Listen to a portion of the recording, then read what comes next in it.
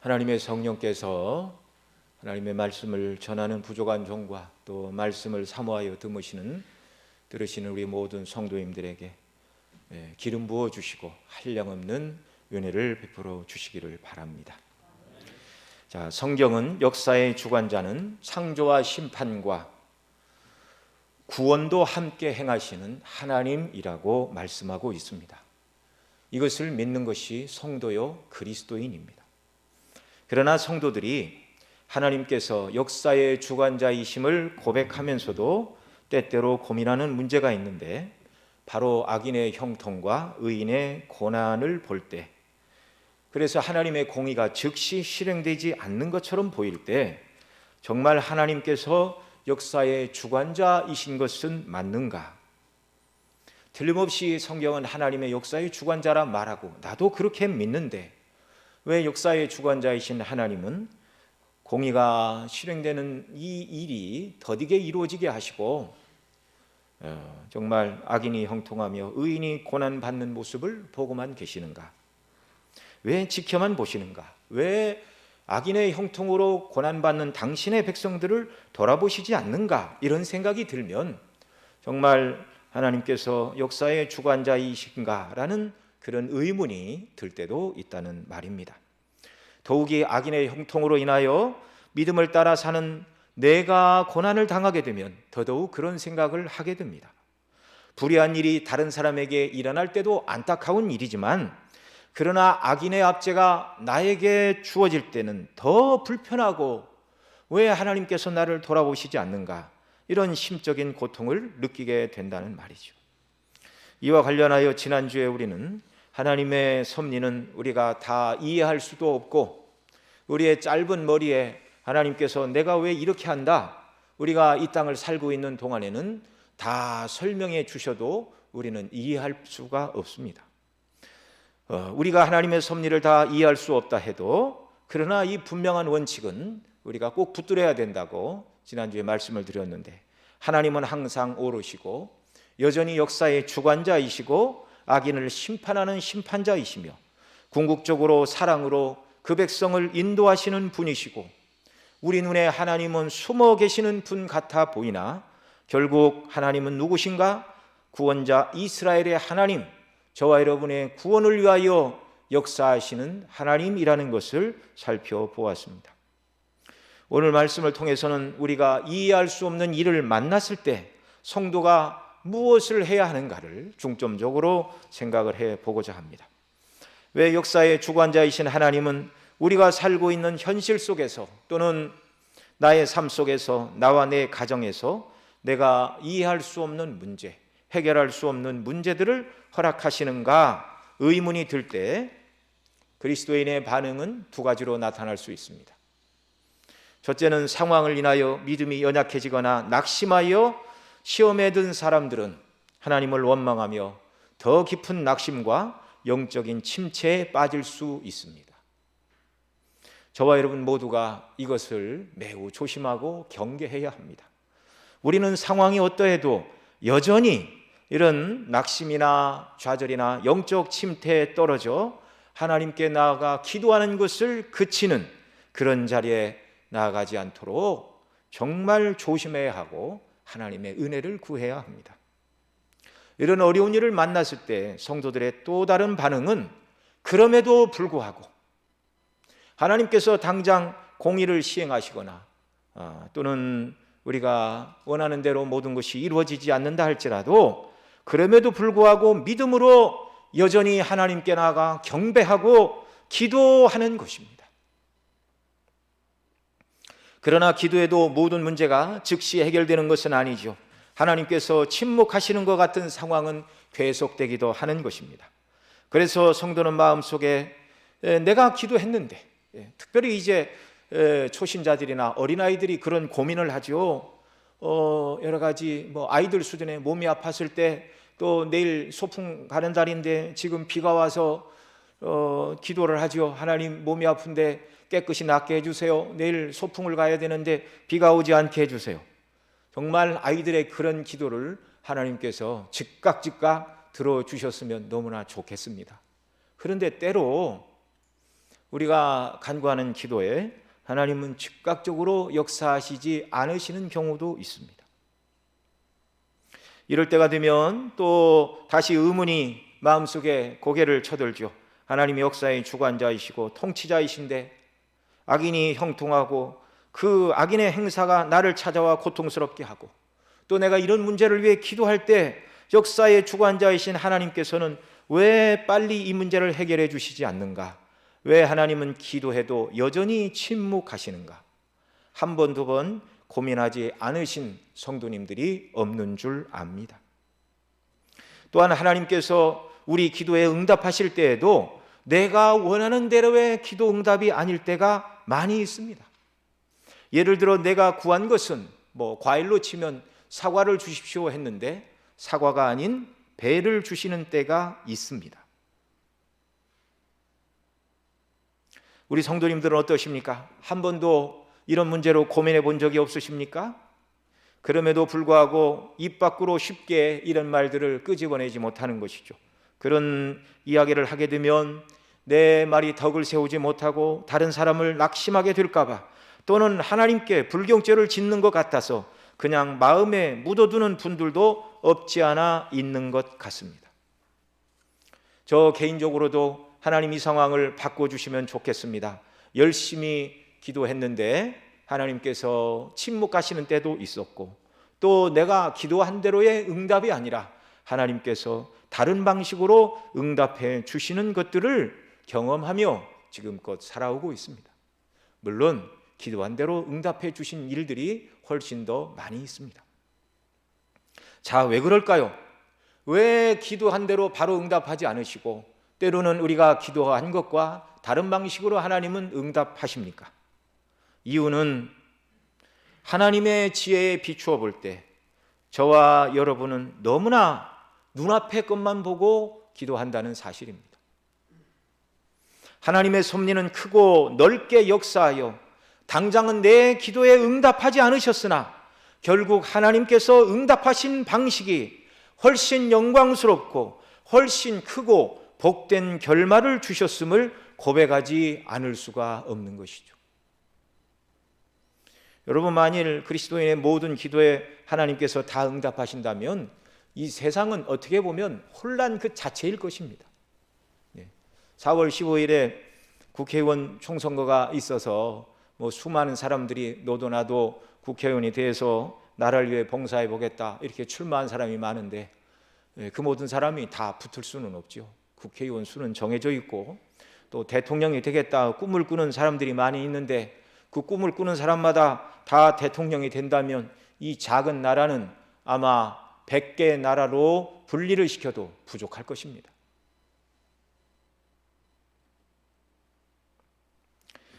여러분, 우리 기도가 쉽게 응답되지 않는다. 또 우리 눈으로 볼 때 우리가 해결할 수 없는 난제가 너무나 많다.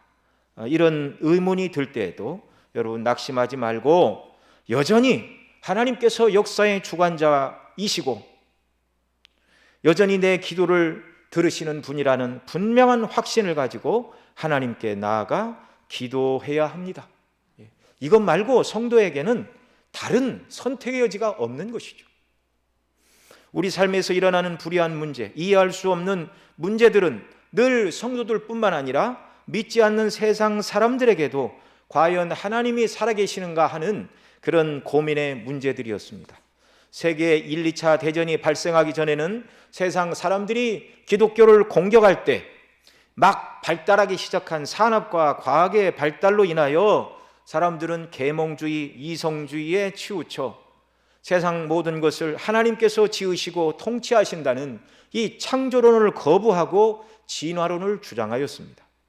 그래서 그 당시에는 성경이 틀렸다고 말해야 쥐성인 취급을 받았고 창조와 통치와 심판과 구원의 하나님 같은 분은 계시지 않는다고 말해야, 그렇게 말해야 세상 사람들에게 지성인이라고 대접을 받는 때가 있었습니다. 그러나 시대가 바뀌어 지금은 진화론을 주장하는 사람들의 견해도 너무나 다양하고 통일된 견해도 없고 종과 종 사이에는 진화가 일어나지 않는다는 것은 진화론을 주장하는 사람들도 다 인정하는 시대가 되었습니다. 그래서 오늘 이 시대에는 1, 2차 세계대전 이후에 전쟁의 참상을 겪은 이후의 세상 사람들은 기독교를 공격할 때 하나님이 계시지 않는다, 성경이 틀렸다 이렇게 공격할 때 여전히 진화론에 사로잡혀 기독교를 공격하는 사람들도 없는 것은 아니나, 그러나 현대에 이르러 기독교를 공격하는 주류들은 역사 속에서 일어나는 부조리한 문제들, 인간이 이해할 수 없는 난제들을 가지고 하나님의 존재와 통치를 부정하려 하고 있습니다. 그들은 이렇게 말합니다. 과연 하나님이 살아계시고 역사의 주관자이시고 또 사랑이시라면 악한 자들이 일어나 전쟁을 일으켜 무고한 사람들을 죽이고, 여러분 알다시피 전쟁의 때에는 적군을 많이 죽일수록 영웅칭호를 받는 시대입니다. 인간성, 사람을 사랑하는 것, 이런 것은 다 뒷전에 던져버리는 정말 극악한 추악한 세계가 전쟁의 세계이죠. 그로 인해 평화가 깨어지고 고통을 받는 사람들이 나타나는데, 왜 하나님께서 살아계시고 역사의 주관자시라면 그런 일이 일어나도록 내버려 둔다는 말인가? 왜 하나님은 보고만 계시는 것인가? 하나님의 존재와 통치를 거부하고 공격하는 주된 주제가 되어 왔다는 말입니다. 역설적인 것이 바로 그렇게 말하는 그들이 과거에는 과학이 발달하자 하나님은 계시지 않는다고 말하던 자들이었습니다. 그리고 그들이 스스로 말하기를 과학이 발달하고 문명사회가 되면 사람의 힘으로 지상 낙원을 건설할 수 있다고 주장하던 자들이었는데, 과학이 발달하고 문명이 발달하자 고도화된 전쟁 무기로 더 많은 사람들이 죽어나가고 그 모습을 보자 또 이렇게 말합니다. 과연 하나님이 살아계시면 어떻게 이런 악한 전쟁이 일어나고 사람이 죽어가는 것을 보고 내버려 두신다는 말인가? 오늘 우리가 고통받는 감염병의 문제도 그렇습니다. 또 간혹 발생하는 지진이나 쓰나미로 인하여 때로는 수천 또는 수십만의 사람들이 죽어가는 경우를 우리가 역사 속에서 보고 있습니다. 정말 우리가 살고 있는 이 땅을 하나님이 창조하시고 인간의 고통의 문제에 관심을 가지고 계시는 분이신가? 하나님의 존재를 의심하고 기독교 신앙을 공격하고 있다는 말입니다.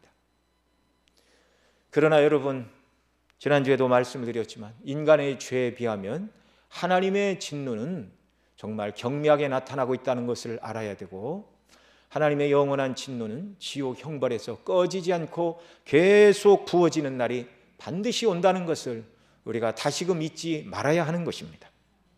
오늘 본문에서도 이 세상에 벌어지고 있는 일들 때문에 고민하고 있는 한 사람이 있습니다. 바로 선지자 하박국입니다. 그는 여호와여, 내가 부르짖어도 주께서 듣지 아니하시니 어느 때까지이리까? 내가 강포를 인하여 외쳐도 주께서 구원치 아니하시나이다. 어찌하여 나로 간악을 보게 하시며 폐역을 목도하게 하시나이까? 라고 부르짖고 있습니다. 하박국 선지자가 그렇게 말하고 있는 것이죠.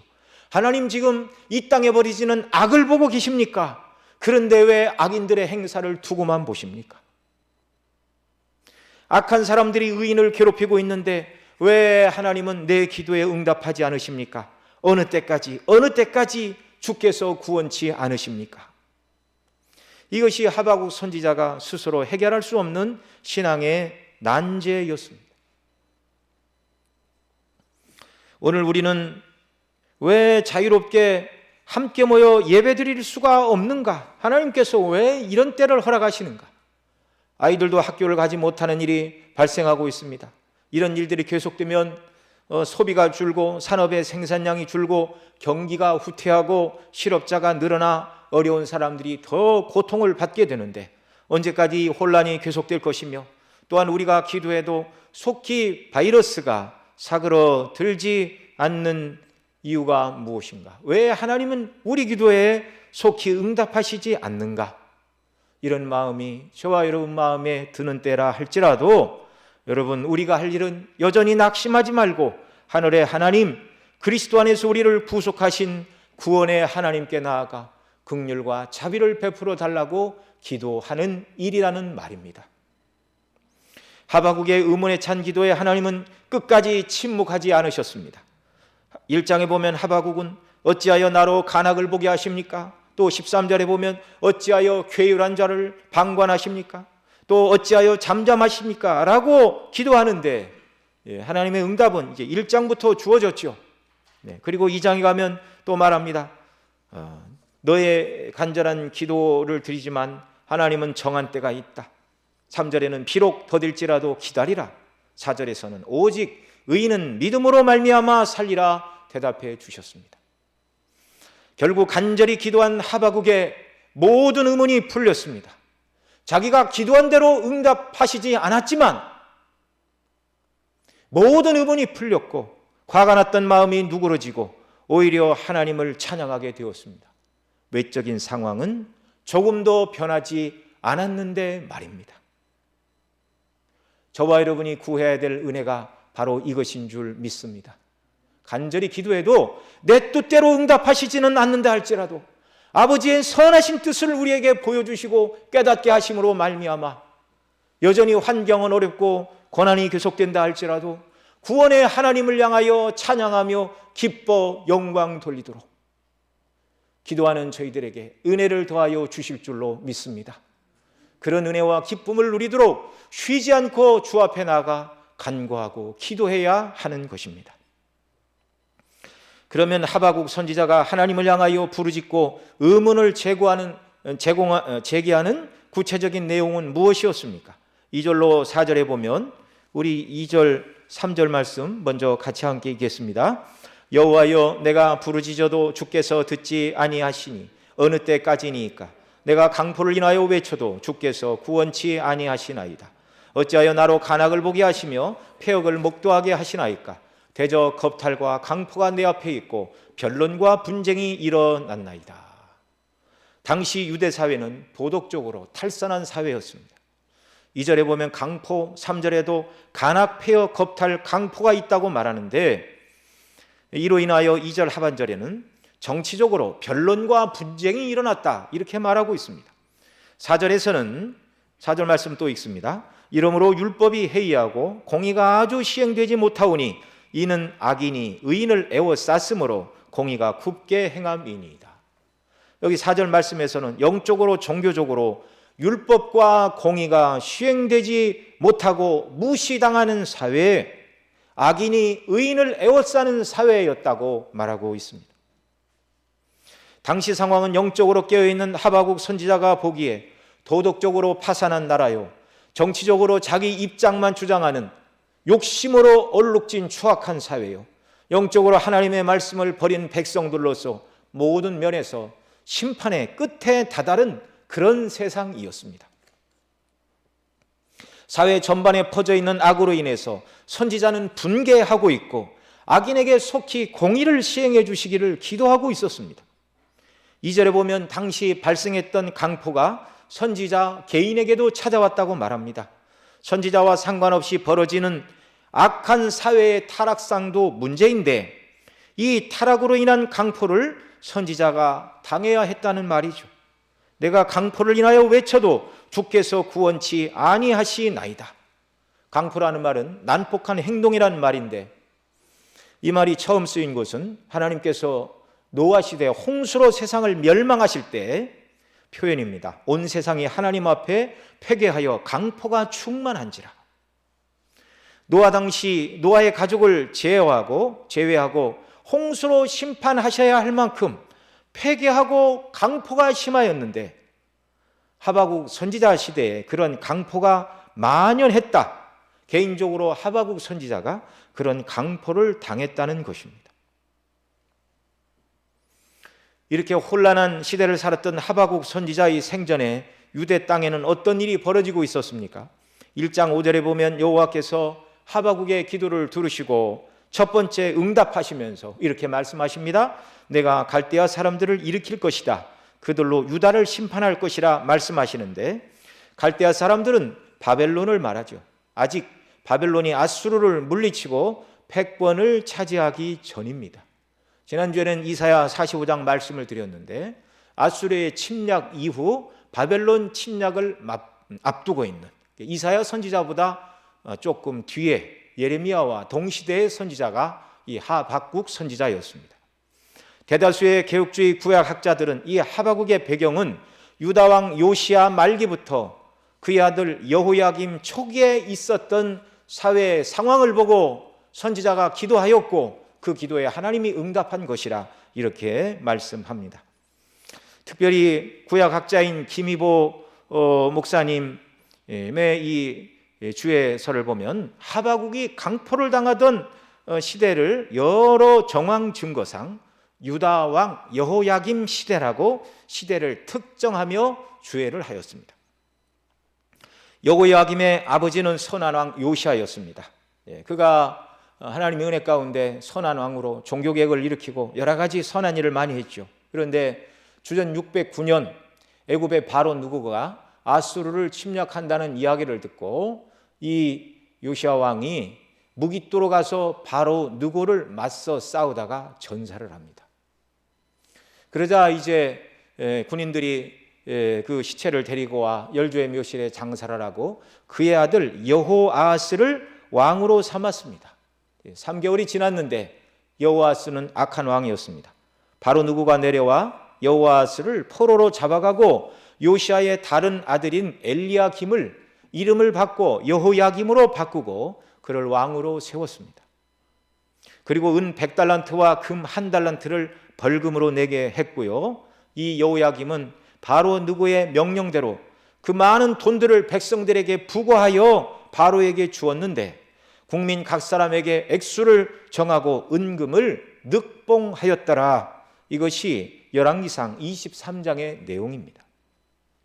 또한 여호야김의 악행을 예레미야 22장 13절로 19절에서 기록하고 있는데요. 그가 경제적으로 어려운 그때에 무슨 일을 했는지 이렇게 말합니다.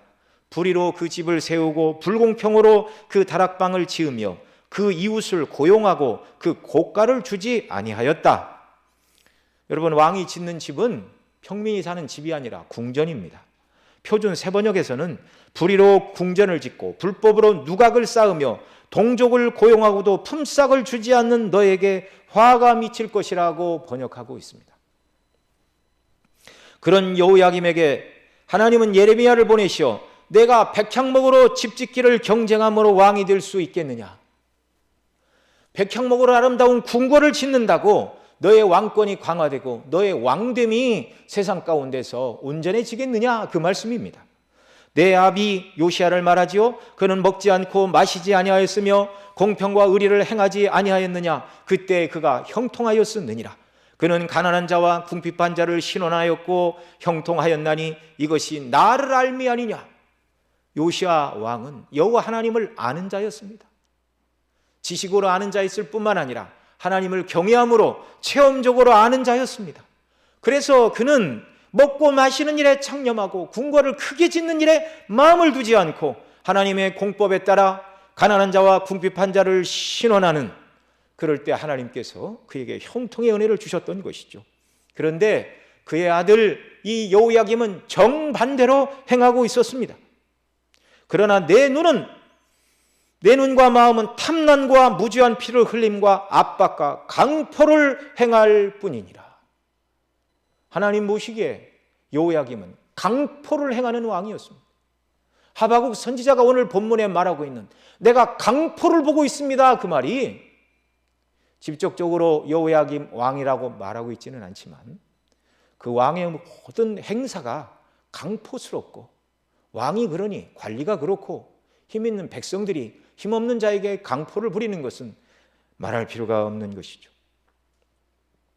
그러면서 예레미야를 향하여 말씀합니다. 여호야김을 가리켜 이렇게 말씀하십니다. 그가 포로로 끌려가 예루살렘 문 밖에 던지오고 나귀같이 매장을 당한다 하여도 그를 위하여 슬프다 내 형제요, 슬프다 내 자매요, 슬프다 주여, 슬프다 그 영광이여라고 통곡하지 말라고 말씀하셨습니다. 아버지 요시아를 닮지 못한 악한 여호야김의 악정 아래서 수많은 백성들이 재산을 빼앗기고 그를 위해 사치를 부리는 궁전을 짓는데 동원되었지만 오늘날로 말하면 재료비와 인건비 아무것도 주지 않았습니다. 이 여호야김의 강포와 간악과 폐역과 겁탈로 인하여 백성들이 고통을 받았고, 하박국 선지자도 그런 악한 왕의 학정 아래서 개인적으로 재산을 빼앗기고 폭력적으로 불의한 일로 강포를 당하였다는 말입니다. 속히 이런 문제를 해결해 주십시오. 하나님의 공의를 시행하시어 악이 징벌을 받고 하나님의 나라와 백성들이 회복되는 은혜를 베풀어 주십시오. 그런데 이 하박국의 기도가 쉽게 응답되지 않았습니다. 2절에 보면 내가 부르짖어도 주께서 듣지 아니하시니 어느 때까지니까 라고 묻습니다. 하루 이틀, 한 번, 두 번 기도한 것이 아니라는 것을 알게 되죠.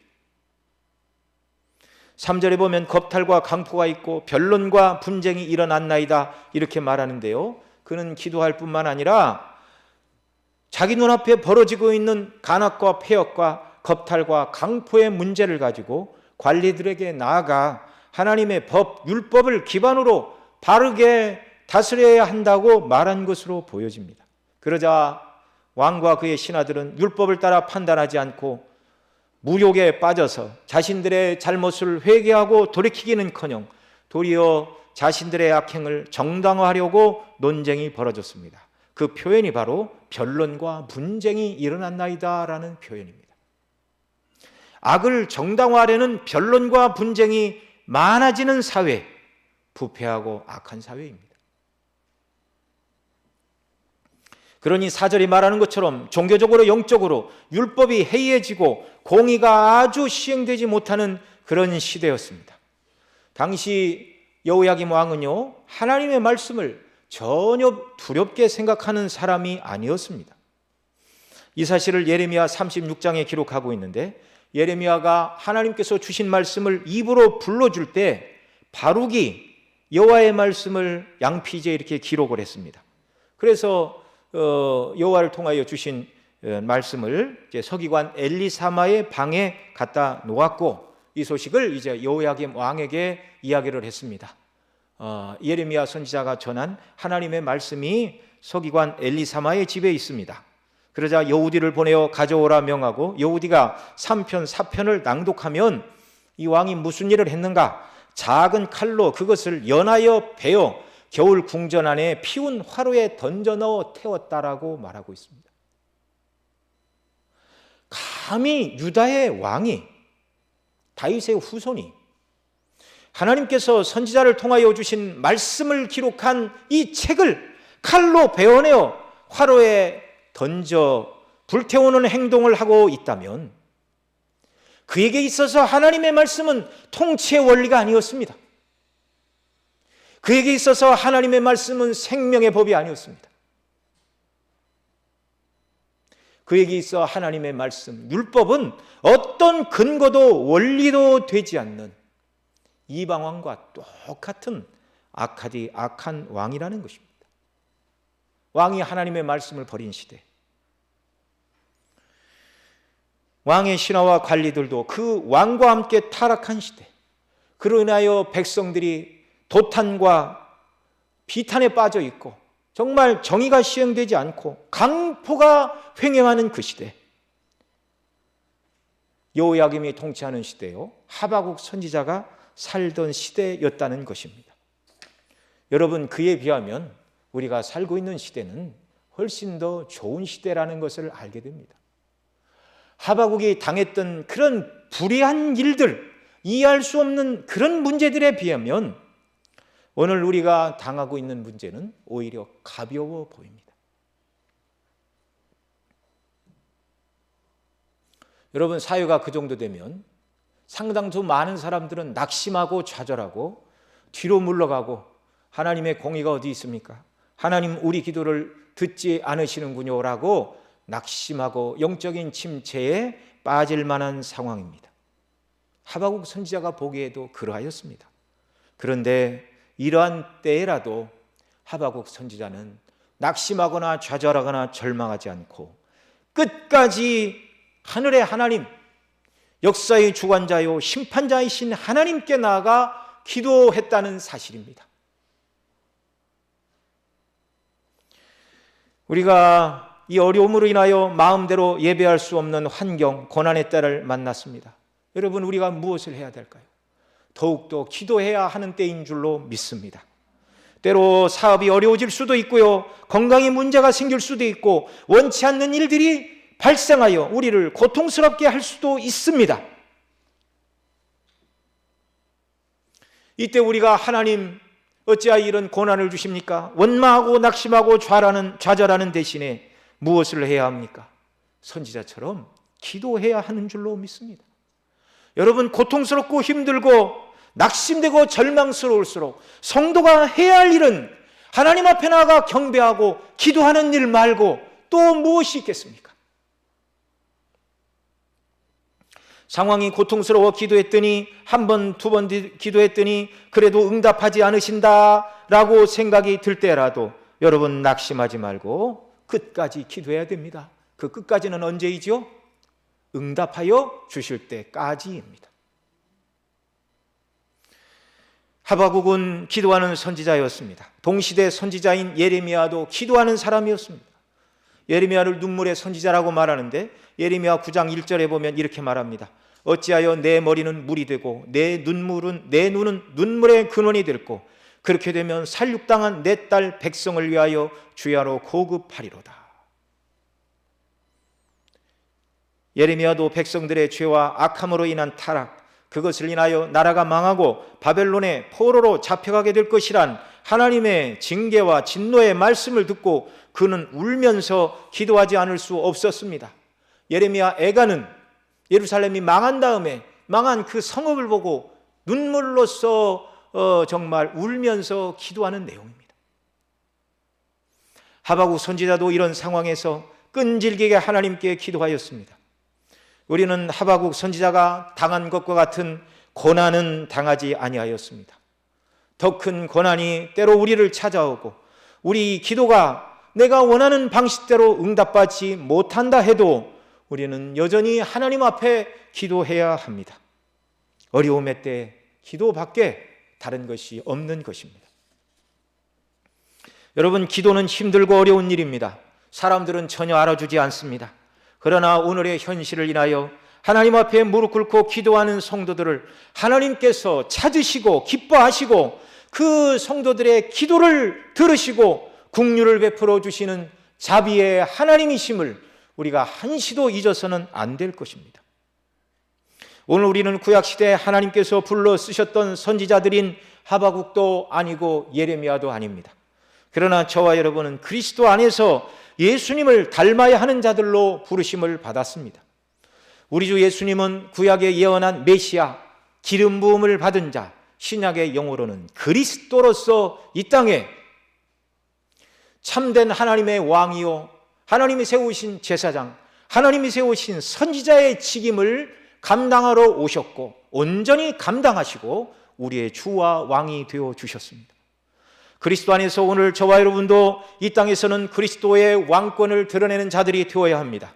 그리스도의 제사장 직분을 본받아 죄인들을 위해 기도해야 되고 하나님과 죄인 사이의 중재자, 곧 복음을 증거하여 죄인들이 우리를 통하여 하나님께 나아가는 구원의 다리가 되도록 하는 것, 이것이 만인 제사장들이 해야 될 일이라는 것이죠.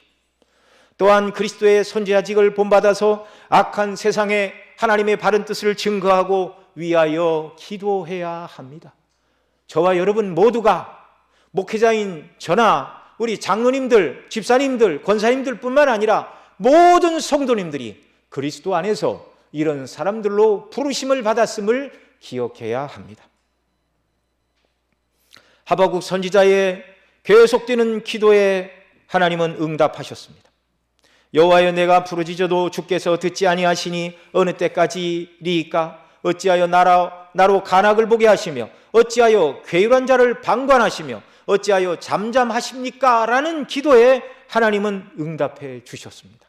말씀드린 대로 하바국이 원한 대로는 아니었지만 하나님의 놀라운 행사를 보는 눈을 열어주시자 여러 가지 상황은 변하지 않았고 바벨론이 침략하여 멸망이 임박했다는 것을 깨달았지만 하나님의 응답을 듣고 그는 기뻐하며 찬송하며 영광을 돌렸습니다.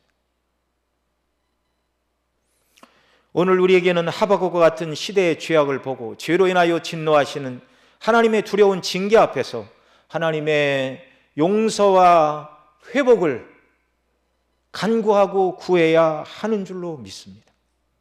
구약에서 온역, 곧 전염병은 백성들의 죄를 깨닫게 하시고 회개하게 하시려는 하나님의 징계 방식이었습니다. 현재 우리나라는 이스라엘과 같은 신종 국가는 아닙니다. 그렇다 해도 세상에서 일어나는 일들은 모든 것이 다 하나님의 능하신 손 아래서 허용되는 일임을 우리는 알아야 됩니다. 우리나라뿐만 아니라 모든 나라가 창조주 하나님을 버리고 악한 길로 갔습니다. 모든 불행한 일, 전쟁과 지진과 쓰나미, 전염병, 고통스러운 모든 일들, 그 근원을 따지고 들어가면 인간의 죄악으로부터 출발한 일들입니다. 일일이 우리 사회에서 하나님을 거스리는 수많은 죄와 악들에 대해서 언급할 필요가 없을 정도로 수많은 죄가 가득한 곳이 이 땅입니다. 특별히 우리는 물질 만능의 시대를 살고 있습니다. 돈이면 모든 것이 다 되는 시대를 살고 있는 것처럼 보여집니다. 돈을 위해서라면 세상 사람들은 어떤 일이라도 행할 각오가 되어 있는 사람들인 것처럼 보여집니다. 어느 시대나 물질의 신인 만모를 숭배했지만 오늘날은 특히 그런 것 같고, 또 예수님을 믿는 성도들 중에 일부이기는 하지만 하나님께 나아가 기도하고 예배하는 이유가 세상의 물질과 권세와 명예를 얻기 위해 하나님께 나아간다면 그것은 진실로 하나님의 영광을 위하여 살아가는 삶이 아니라 세상을 구하고 세상 영광을 구하기 위하여 하나님께 나오는 것이죠. 세상을 달라고 하나님께 구하는 것은 하나님을 섬기고 경배하는 것이 아니라 하나님을 자기의 욕망을 위한 심부름꾼으로 삼는 것입니다. 하나님을 경외하는 것과는 정반대의 모습이죠.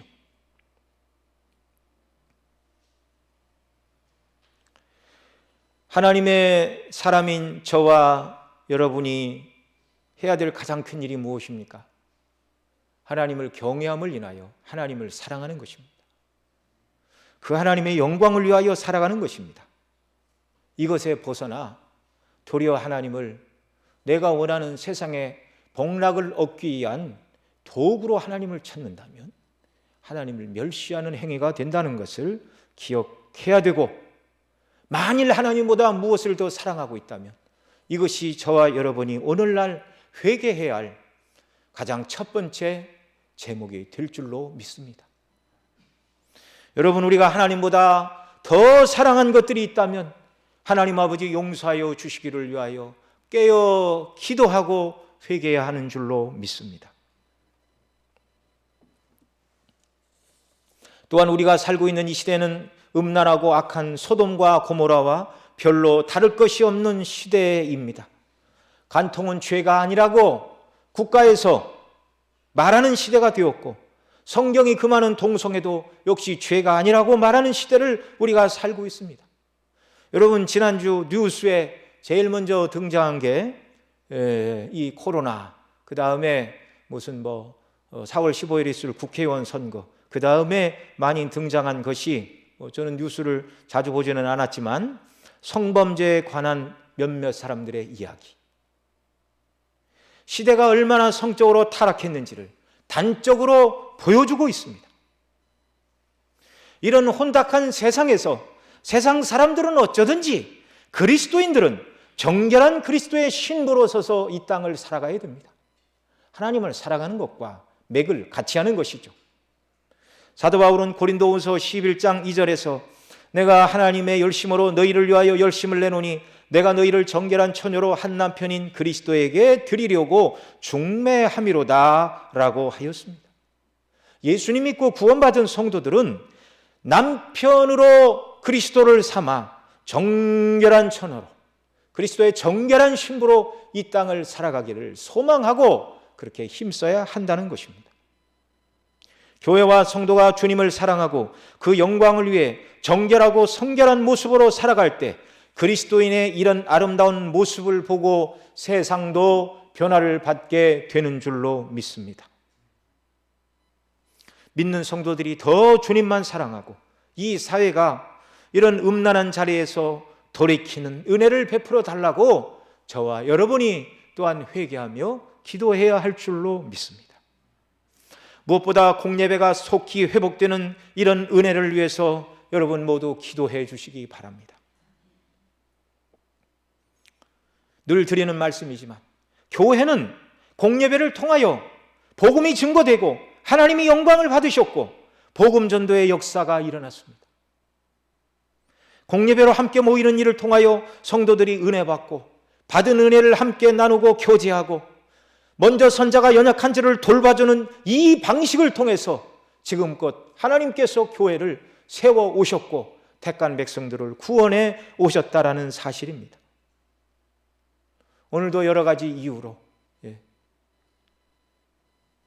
우리 성도님 중에는 이렇게 외국에 거하던 따님이 오셔서 혹시 다른 사람에게 피해를 줄까 봐 우리 장로님 가정 오늘 또 인터넷으로 예배드리시는 그런 가정도 있는데요.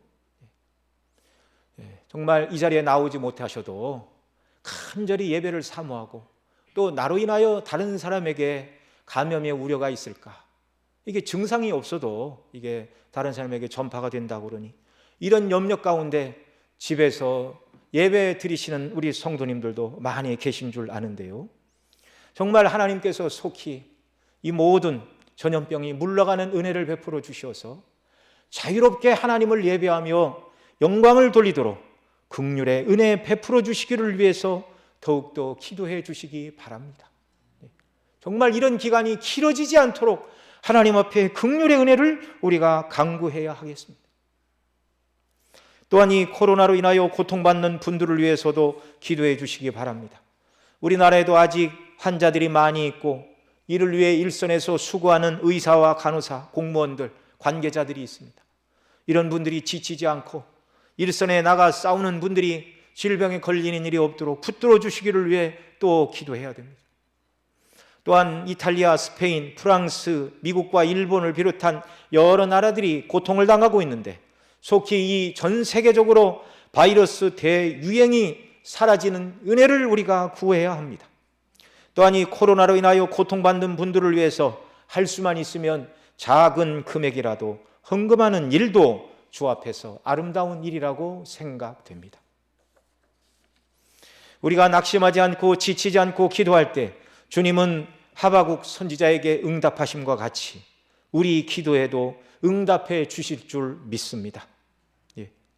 서두에도 말씀을 드렸지만 우리가 기도해도 하나님의 응답은 우리 기도의 내용과 다르게 응답하실 수 있지만, 그러나 하나님의 넓은 뜻과 그 섭리를 하바국이 깨닫고 기뻐하며 찬양하며 상황은 바뀌지 않았음에도 불구하고 영광을 돌렸던 것처럼 저와 여러분 모두에게도 하나님께 나아가 기도할 때 현실은 어렵고 상황은 어렵지만 기쁨과 즐거움으로 하나님을 섬기게 하시는 그런 은혜 주실 줄로 믿습니다. 의인은 오직 믿음으로 살리라. 때가 되면 대조물이 바다를 덮은 것 같이 여호와의 영광을 인정하는 것이 세상에 가득하리라 라는 말씀을 듣고 그의 낙심한 심령은 회복되었고 찬미로 하나님께 영광을 돌리는 은혜가 충만한 사람이 되었습니다. 오늘 우리도 하나님께서 우리에게 베풀어 주신 사랑과 능력과 은혜를 기억함으로 힘을 내 기도하는 역사가 있기를 바랍니다. 여러분, 하나님께서는요 두 가지로 영광을 나타내셨죠. 창조의 영광과 구원을 통하여 하나님의 능력과 지혜를 통하여 하나님의 영광을 온전히 드러내 주셨습니다. 이 두 가지를 우리가 묵상할 때 더 힘을 얻고 하나님께 나아가 기도할 수 있게 되는데요. 먼저 요즘 공원이나 산과 들로 나가시면 아름다운 봄꽃들이 활짝 피어 있습니다. 우리 마음이 추워서 꽃을 보아도 꽃처럼 잘 보이지 않는 것이 현실인데요. 여러분, 활짝 핀 개나리, 벚꽃, 복숭아꽃, 노란 산수유꽃도 피어 있습니다. 겨울에 온통 꽁꽁 얼었던 대지를 뚫고 새싹들이 자라고 있습니다. 하나님께서 창조하신 세상이고 성령의 역사하심으로 말미암아 금년 봄에도 이런 하나님의 은혜의 역사가 계속되고 있음을 여러분 믿으시기 바랍니다. 이 봄꽃들을 보시면서 꽃을 지으신 하나님의 창조의 능력과 지혜와 영광을 찬미하며 힘을 얻으시기 바랍니다. 하나님이 지으신 꽃이 피어 있는 한 우리를 향한 하나님의 사랑과 자비와 긍휼도 여전히 계속되고 있음을 믿으시기 바랍니다. 사람의 힘으로 할 수 없는 그 영광스러운 일을 행하시는 하나님의 행사를 붙들고 나가야 되는 것이죠. 그러나 무엇보다 우리를 그리스도 안에서 구원하신 구속의 은혜와 영광을 묵상하심으로 주의 은혜와 사랑이 충만하여 어려운 현실에도 낙심하지 않고 간구할 수 있는 힘과 은혜를 주께로부터 공급받는 역사가 저와 여러분 모두에게 있기를 바랍니다. 우리는 때로 하나님의 섭리를 다 이해할 수 없어서 내 힘으로 해결할 수 없는 많은 일들로 힘들어하고 어려워하지만 사실 가장 이해할 수 없는 일은 예수님이 당하신 일이었습니다.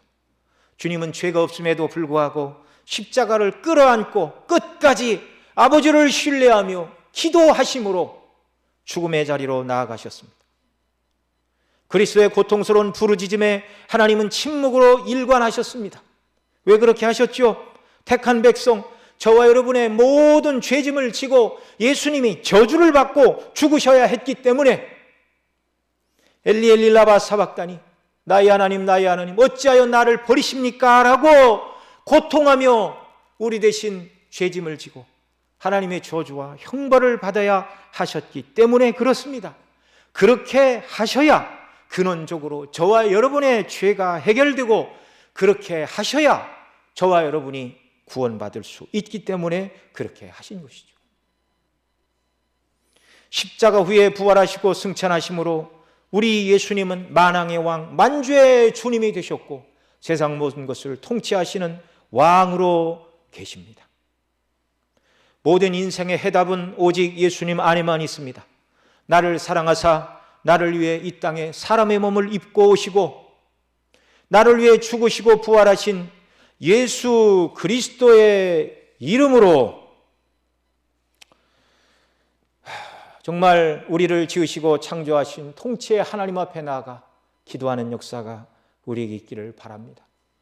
어떤 고민과 고난이 있어도 어떤 아쉬움이 있어도 사람들에게 말할 수 없는 그런 고통의 문제라도 하나님 아버지께는 다 쏟아놓을 수 있습니다. 우리가 어떤 기도를 드려도 사람에게 어떤 얘기를 하면 흉보일 수 있지만 우리 주님은 흉보거나 책망하지 않고 다 들으시고 응답하시고 위로하심을 믿으시기 바랍니다. 그래서 하나님께서 하박국 선지자 낙심과 불평의 사람에서 감사와 찬송으로 바꾸어 주신 것처럼 저와 여러분 모두를 그리스도 안에서 위로하시고 새 힘을 주시고 피할 길도 주시고 능력도 주시어 주어진 삶을 잘 감당하는 그런 은혜를 베풀어 주실 줄로 믿습니다. 기도하시겠습니다.